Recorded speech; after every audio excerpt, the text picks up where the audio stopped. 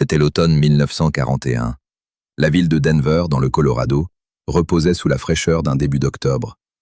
À l'ouest, les Rocheuses dressaient leurs silhouettes immobiles, tandis que les quartiers résidentiels s'enfonçaient dans le silence dès la tombée du soir, les familles se retirant derrière des portes closes et des rideaux tirés. Les lampadaires à gaz vacillaient dans l'air froid, et une odeur de fumée stagnante flottait sur West Mondry Place, une rue modeste et respectable, bordée de petites maisons de briques aux perrons soigneusement entretenus. Le genre d'endroit où un homme peut vivre 40 ans et reconnaître chaque visage croisé. Au numéro 3335 se trouvait l'une de ces maisons. Son propriétaire, Philip Peters, ancien auditeur du Denver and Rio Grande Western Railroad, menait une existence discrète et paisible. Depuis plus de 30 ans, il vivait là avec son épouse, Hélène. Mais à l'automne 1941, Hélène était absente. Hospitalisée à Saint Anthony's Hospital après une fracture de la hanche, elle se remettait lentement. Philippe occupait ses journées entre les visites à son chevet et l'hospitalité de ses voisins, qui l'invitaient chaque soir afin qu'il ne dîne pas seul. C'est dans ces murs familiers, en apparence sûrs, que quelque chose s'était installé depuis longtemps déjà. Quelque chose qui n'aurait jamais dû s'y trouver. Philip Peters était, selon les archives, un homme ordinaire et respectable. Il avait consacré 40 années au Denver and Rio Grande Western Railroad, où il était entré en 1891, avant de prendre sa retraite en 1930, au terme d'une carrière sans éclat mais irréprochable. Mari, père, il nourrissait également un goût discret pour la musique. Membre du Denver Guitar Club, il y donnait, avec son épouse, les leçons de guitare et de mandoline. Sa maison n'était pas qu'un simple lieu de vie. Elle incarnait une existence construite avec patience, modestie et constance. À l'automne 1941, Philip Peters avait 73 ans. À cet âge, les habitudes deviennent des repères essentiels. Le café du matin, le trajet quotidien jusqu'à l'hôpital, les soirées passées chez des voisins bienveillants. Jenny Ross, qui vivait en face, avait pris sur elle de lui préparer ses repas depuis l'hospitalisation d'Hélène. D'autres encore veillaient discrètement à ce qu'il ne manque de rien. C'est au Denver Guitar Club, des années auparavant, que Philip Peters avait rencontré Theodore Edward Connis. La nature exacte de leur relation reste floue, mais il est établi que Connis avait été accueilli à plusieurs reprises chez les Peters et qu'ils partageaient autrefois une vie sociale commune autour de la musique. En 1941, ces années appartenaient au passé. Theodore Connis était né le 10 novembre 1882 à Petersburg, dans l'Illinois. Son père, Thomas Henry Connis, immigré canadien, tenait une quincaillerie et avait épousé Isabella Hallam. Les premières années furent modestes, mais stables. Puis, en 1888, tout bascula. Le 1er juillet, Thomas Connis mourut, laissant derrière lui une veuve et un enfant de moins de 6 ans. Isabella fit face avec détermination. Elle quitta Petersburg avec son fils, s'installa d'abord dans une ferme du Wisconsin, avant de partir pour Denver en 1907. Elle y trouva un emploi de gouvernante au Denver Democratic Club, où elle resta jusqu'à sa mort, le 14 avril 1911. Theodore arriva à Denver à 24 ans, déjà marqué par une santé fragile. Ses poumons étaient faibles, sa constitution chétive. Les médecins avaient douté qu'il atteigne l'âge adulte.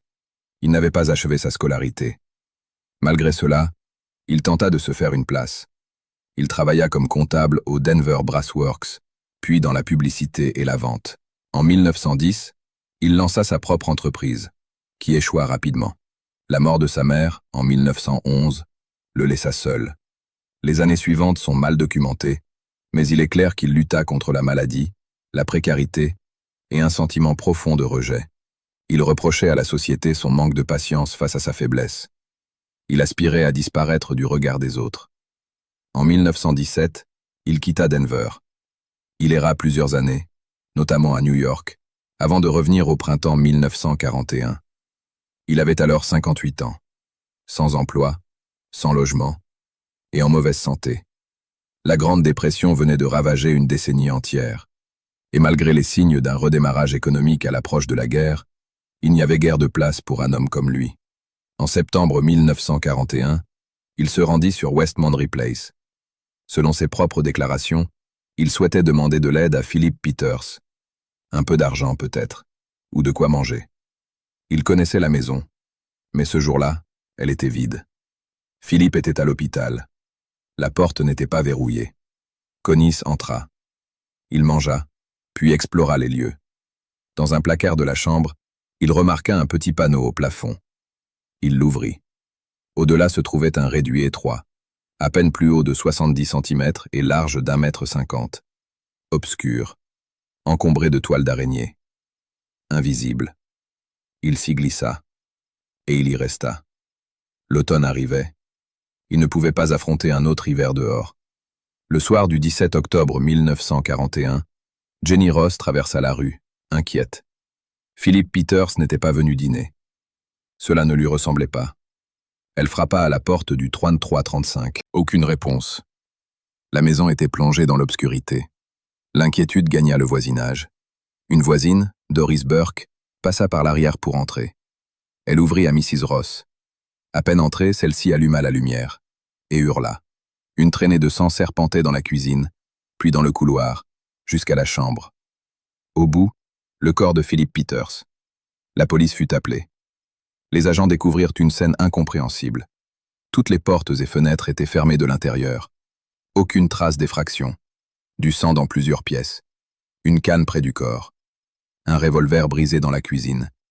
Et un tisonnier en fonte, probablement l'arme du crime, soigneusement nettoyé. L'argent n'avait pas été touché.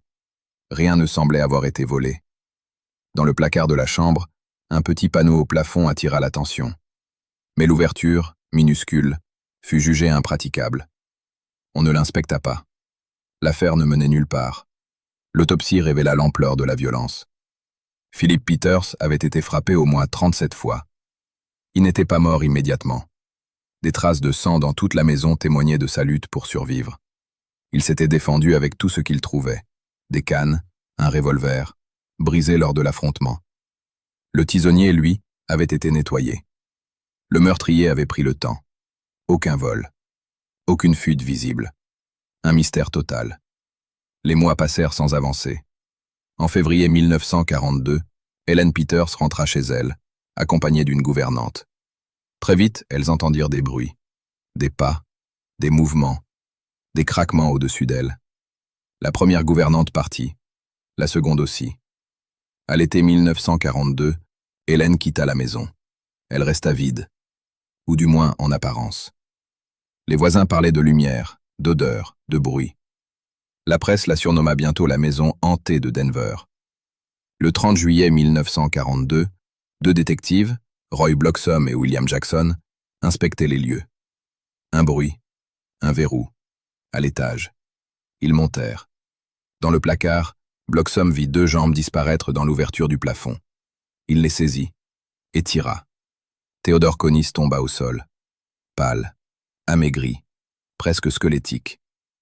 Après 9 mois passés à vivre caché au-dessus de la maison, il fut arrêté.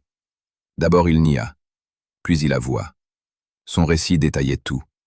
L'entrée dans la maison, la cachette, le 17 octobre, la confrontation, la panique. Il avait cru avoir assommé Peters. Il pensait prendre de l'argent et partir. Mais Peters avait bougé. Alors il avait continué, jusqu'à la mort. Dans l'espace où il vivait, les policiers découvrirent un aménagement rudimentaire, une planche à repasser transformée en lit, des journaux, des déchets entassés. L'odeur était insoutenable. Un agent déclara « Il faudrait être une araignée pour vivre là-dedans ». La presse s'empara du mot. Le Spider-Man de Denver. Jugé sain d'esprit, Conis fut condamné en octobre 1942 à la prison à vie, sans possibilité de libération. Le silence tomba dans la salle d'audience. L'affaire fit le tour du pays. Ce n'était pas seulement le crime, c'était l'image. Celle d'un homme caché, au-dessus de son propre crime, tapi dans un espace plus étroit qu'un cercueil. Pour Helen Peters, il n'y eut pas de retour possible. La maison était devenue autre chose. Les bruits, les ombres, la présence. Elle partit vivre chez son fils. Elle ne revint jamais.